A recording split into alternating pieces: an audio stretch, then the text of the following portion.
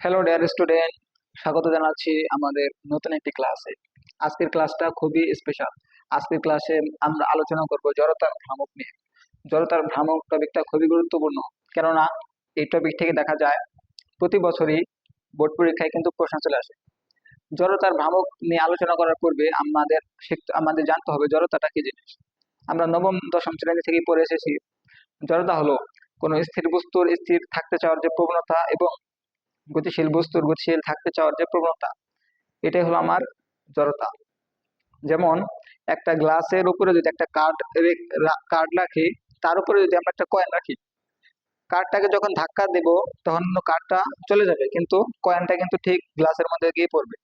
এখানে কয়েনটা গ্লাসে পড়লো কেন? স্থিতি জড়তার কারণে।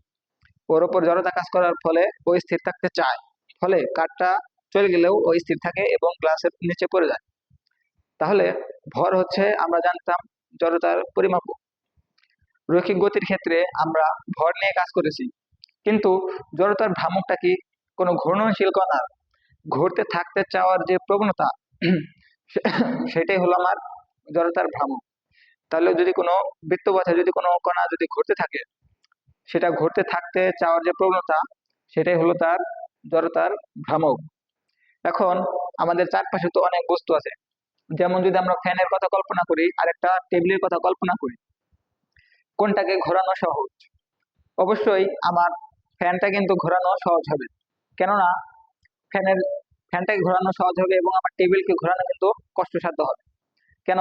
কারণ টেবিলের জড়তার ভ্রামক বেশি হয়, টেবিলটা ঘোরাতে কষ্টসাধ্য হবে।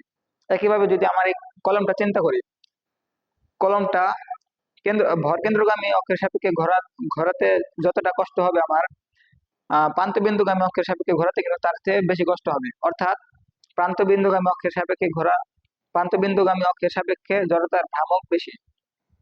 এখন আমরা একটা এক্সাম্পলের মাধ্যমে বিষয়টা ক্লিয়ার হতে পারি। ধরা যাক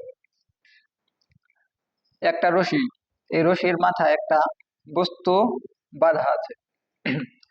আবার আরেকটা ছোট রশি, এই ছোট রশির মাথায় একটা বস্তু বাঁধা আছে। এখন কোন বস্তুটা ঘোরাতে আমার সহজ এবং কোন বস্তুটা ঘোরানো আমার কঠিন? দেখা যাবে আমার এই বস্তুটার চেয়ে এই বস্তুটা আমি সহজেই ঘোরাতে পারবো। এই বস্তুটা ঘোরাতে বেশি কষ্ট হবে, এই বস্তুটা ঘোরাতে কম কষ্ট হবে। তাহলে যেই বস্তু ঘোরাতে যত বেশি কষ্ট, সেই বস্তুর জড়তার ভ্রামক তত বেশি। অর্থাৎ আমরা জড়তার ভ্রামক প্রকাশ করব আই দিয়ে, ইনারশিয়া। আই হলো আমার জড়তার ভ্রামক। তাহলে জড়তার ভ্রামক আমরা লিখতে পারি আই সমানুপাতিক আর স্কোয়ার। কারণ এই বস্তুর ব্যাসার্ধ বেশি হওয়ায় এটা ঘোরানো বেশি কষ্টসাধ্য, অর্থাৎ বস্তুটির জড়তার ভ্রামক তত বেশি। তাহলে আমরা আই সমানুপাতিক লিখতে পারি আর স্কোয়ার। এখানে আর কি? আর হচ্ছে ঘূর্ণন পথের যে ব্যাসার্ধ, সেটা হলো আমার আর। আবার দেখা যাবে সমান রশি, দুইটা সমান রশি নিলাম, একটাই বেশি ভর যোগ করলাম, একটাই কম ভর যোগ করলাম। এখন কোন বস্তুটাকে ঘোরানো সহজ এবং কোন বস্তুটা ঘোরানো কঠিন?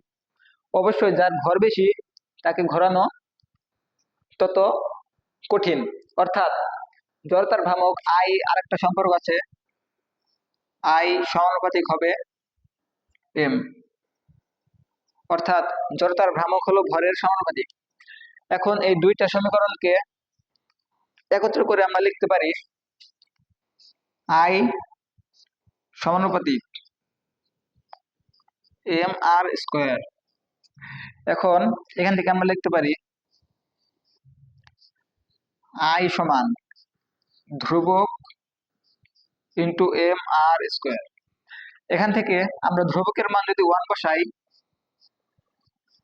তাহলে আই সমান হবে এম আর স্কোয়ার। তাহলে যখন আমার রেগুলার শেপ ছিল, তখন আমার ইজিলি কিন্তু আমরা এই ব্যাসার্ধটা, ঘূর্ণন পথের ব্যাসার্ধ আমরা পেয়ে গেছি। কিন্তু যখন আমার ইরেগুলার শেপ হবে, অর্থাৎ একটা বস্তু দেখতে পারি আমরা, তাহলে জড়তার ভ্রামক কি? ভর ইন্টু দূরত্ব স্কোয়ার। এটা আর হলো ঘূর্ণন পথের ব্যাসার্ধ।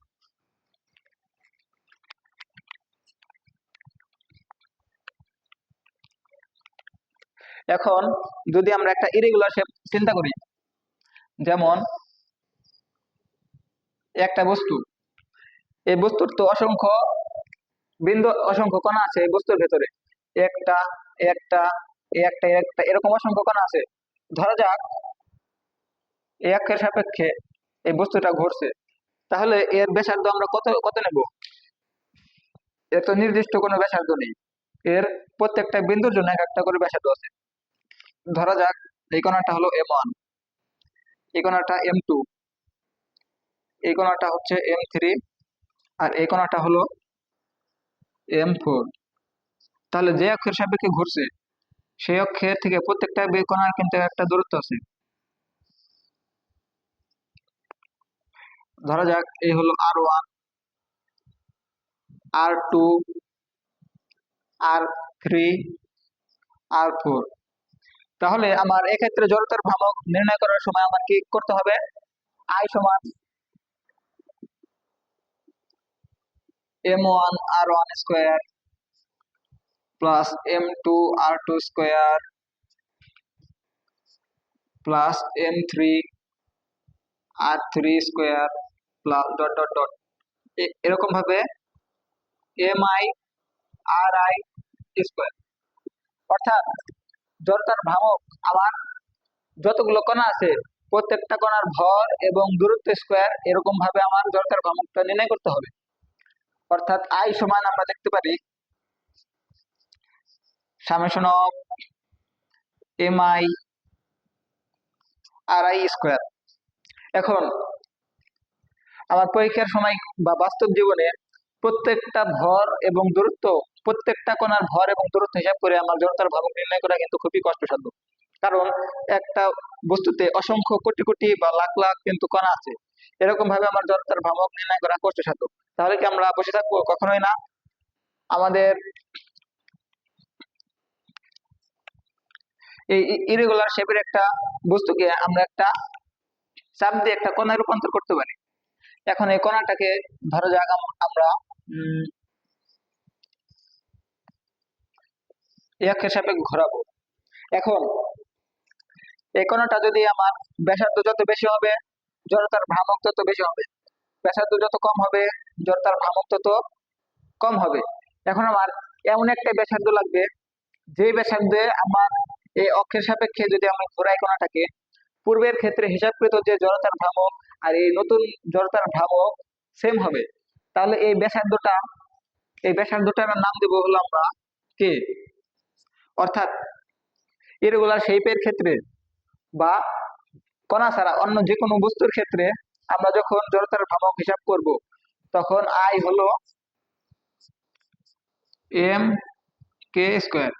এই কে হলো এমন একটি ব্যাসার্ধ যার সাহায্যে আমরা জড়তার ভ্রামক যদি নির্ণয় করি তাহলে I সমান summation of MI RI square. অর্থাৎ জড়তার ভ্রামক পূর্বে যে হিসাব করলে যে জড়তার ভ্রামক পাবো এর নতুন ক্ষেত্রে আমরা সেম জড়তার ভ্রামক পাবো। তাহলে এটা হলো আমার জড়তার ভ্রামক। এখন আসি আমরা, তাহলে এখন জড়তার ভ্রামক সম্পর্কে আমরা একটা ধারণা পেয়ে গেছি, আর কে হলো চক্রবর্তীর ব্যাসার্ধ। তাহলে জড়তার ভ্রামক সম্পর্কে আমরা একটা মিনিমাম একটা আইডিয়া পেয়ে গেছি। তাহলে ভিন্ন ভিন্ন বস্তুর ক্ষেত্রে আমরা ভিন্ন ভিন্ন কিন্তু জড়তার ভ্রামক রয়েছে। তাহলে ইরেগুলার শেপের ক্ষেত্রে আর রেগুলার শেপের ক্ষেত্রে I সমান আমরা লিখতে পারি M(k²). এটা হলো রেগুলার শেপের ক্ষেত্রে। রেগুলার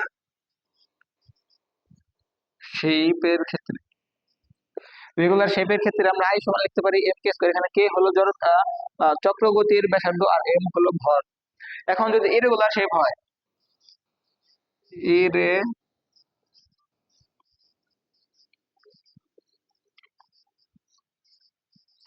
ইরেগুলার শেপের ক্ষেত্রে I হবে, ইরেগুলার শেপের ক্ষেত্রে যখন যেমন ক্ষেত্রফল আমরা নির্ণয় করার সরাসরি কোনো সূত্র নাই, তেমনি ইরেগুলার শেপের ক্ষেত্রে জড়তার ভ্রামক নির্ণয় করার সরাসরি কোনো সূত্র নাই। এক্ষেত্রে আমার ইন্টিগ্রেশন ইউজ করতে হবে। জড়তার ভ্রামক হবে I সমান ইন্টিগ্রেশন R² ডিএম। ইরেগুলার শেপের ক্ষেত্রে আমার এই সূত্রটা ইউজ করে জড়তার ভ্রামক নির্ণয় করতে হবে, কিন্তু পরীক্ষায় আমার ইরেগুলার শেপ কিন্তু দেবে না। ইন্টার মানে এইচএসসি লেভেলে আমার ইরেগুলার শেপ লাগবে না, অ্যাডমিশনেও লাগবে না।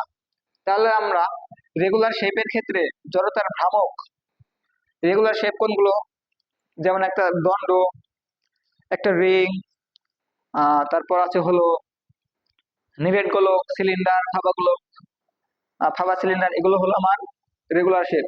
তাহলে রেগুলার শেপের ক্ষেত্রে আমরা জড়তার ভ্রামক কিছু সূত্র আছে, সেগুলো আমরা মনে রাখতে পারি। যেমন যদি থাকে একটা দণ্ড, এই দণ্ড, আচ্ছা ধরা যাক একটা দণ্ড আছে, এই দণ্ডটার ভরকেন্দ্রগামী অক্ষের সাপেক্ষে ঘোরানোর চেয়ে কিন্তু প্রান্তবিন্দুগামী অক্ষের সাপেক্ষে ঘোরানো আমার কঠিন, দণ্ডকে ঘোরানো কঠিন, অর্থাৎ প্রান্তবিন্দুগামী অক্ষের সাপেক্ষে জড়তার ভ্রামক আমার বেশি হবে। তাহলে প্রান্তবিন্দুগামী অক্ষের সাপেক্ষে যখন আমি ঘোরাবো তখন আই সমান হবে এম এল স্কোয়ার বাই 3। আর দ্বন্দ্বটাকে যখন আমরা কেন্দ্রগামী অক্ষের সাপেক্ষে ঘোরাবো,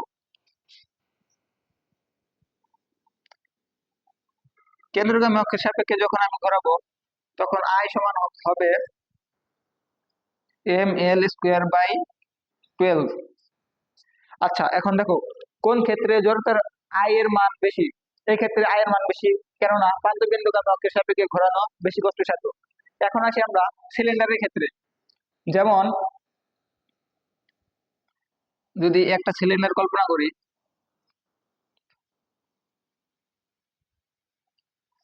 তাহলে এই সিলিন্ডারের দৈর্ঘ্যের সমান্তরাল এবং ভর কেন্দ্রগামী অক্ষের সাপেক্ষে যদি ঘোরাই তাহলে এর জড়তার ভ্রামক হবে, যদি নিরেট সিলিন্ডার কল্পনা করি, নিরেট নিরেট সিলিন্ডার কল্পনা করলে আই সমান হবে এম আর স্কোয়ার বাই 2। আর যদি ফাঁপা সিলিন্ডার,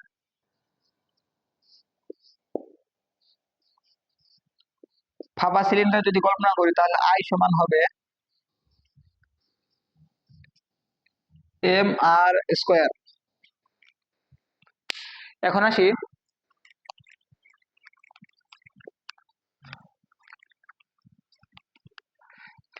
আমার চাকতির ক্ষেত্রে।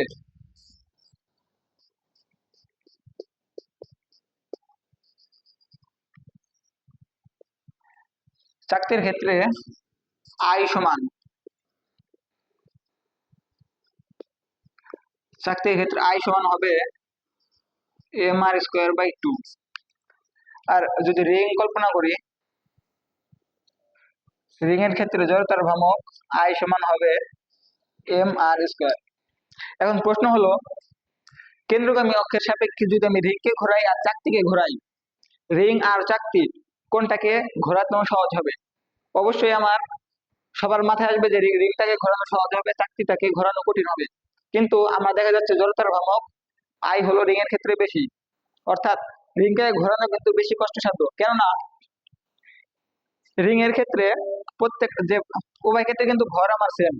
রিং এর ক্ষেত্রে যদি আমরা ভর হিসাব করি তাহলে কিন্তু সবগুলাই সব কোণায় কিন্তু দূরত্বে অবস্থিত, কিন্তু চাকতির ক্ষেত্রে দেখা যাবে এই অক্ষের অক্ষের কাছাকাছি অনেক ভর থাকবে, এই জন্য চাকতিকে ঘোরানো কিন্তু বেশি সহজ।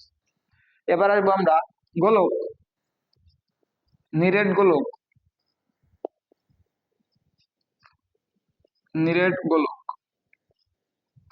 নিরেট গোলকের জড়তার ভ্রামক আই সমান হবে 2/5 এম আর স্কোয়ার।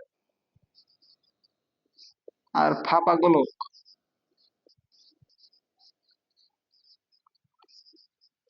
জড়তার ভ্রামক আই সমান হবে 2/3 এম আর স্কোয়ার। এই সূত্রগুলো যদি আমরা মনে রাখি তাহলে আমার এইচএসসি তে যতটুকু জড়তার ভ্রামক দরকার ততটুকু আমার হয়ে যাবে। এখন আমরা একটা ম্যাথ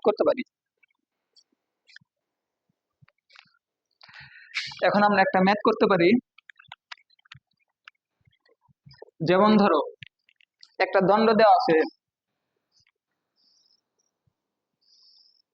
এই দণ্ডটা দেওয়া আছে, এই দণ্ডটার প্রান্তবিন্দুগামী অক্ষের সাপেক্ষে যদি আমি ঘোরাই, জড়তার ভ্রামক আই সমান কত হবে? এখানে ধরো এল দেওয়া আছে 30 সেন্টিমিটার, এম দেওয়া আছে দুই 2 কেজি, ভর দেওয়া আছে। তাহলে জড়তার ভ্রামক আমার কত হবে? জড়তার ভ্রামক আই সমান হবে ml²/3। এখানে এম এর মান বসাবো, এল এর মান বসাবো, তাহলে আই কিন্তু পেয়ে যাবো। এখন বললো যদি দণ্ডটিকে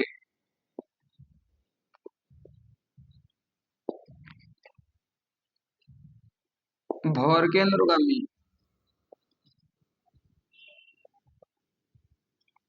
অক্ষের সাপেক্ষে ঘোরাই, তাহলে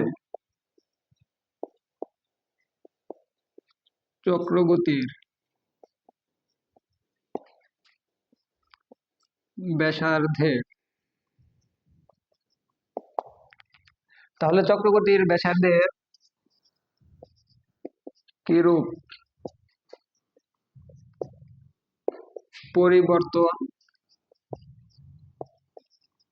হবে?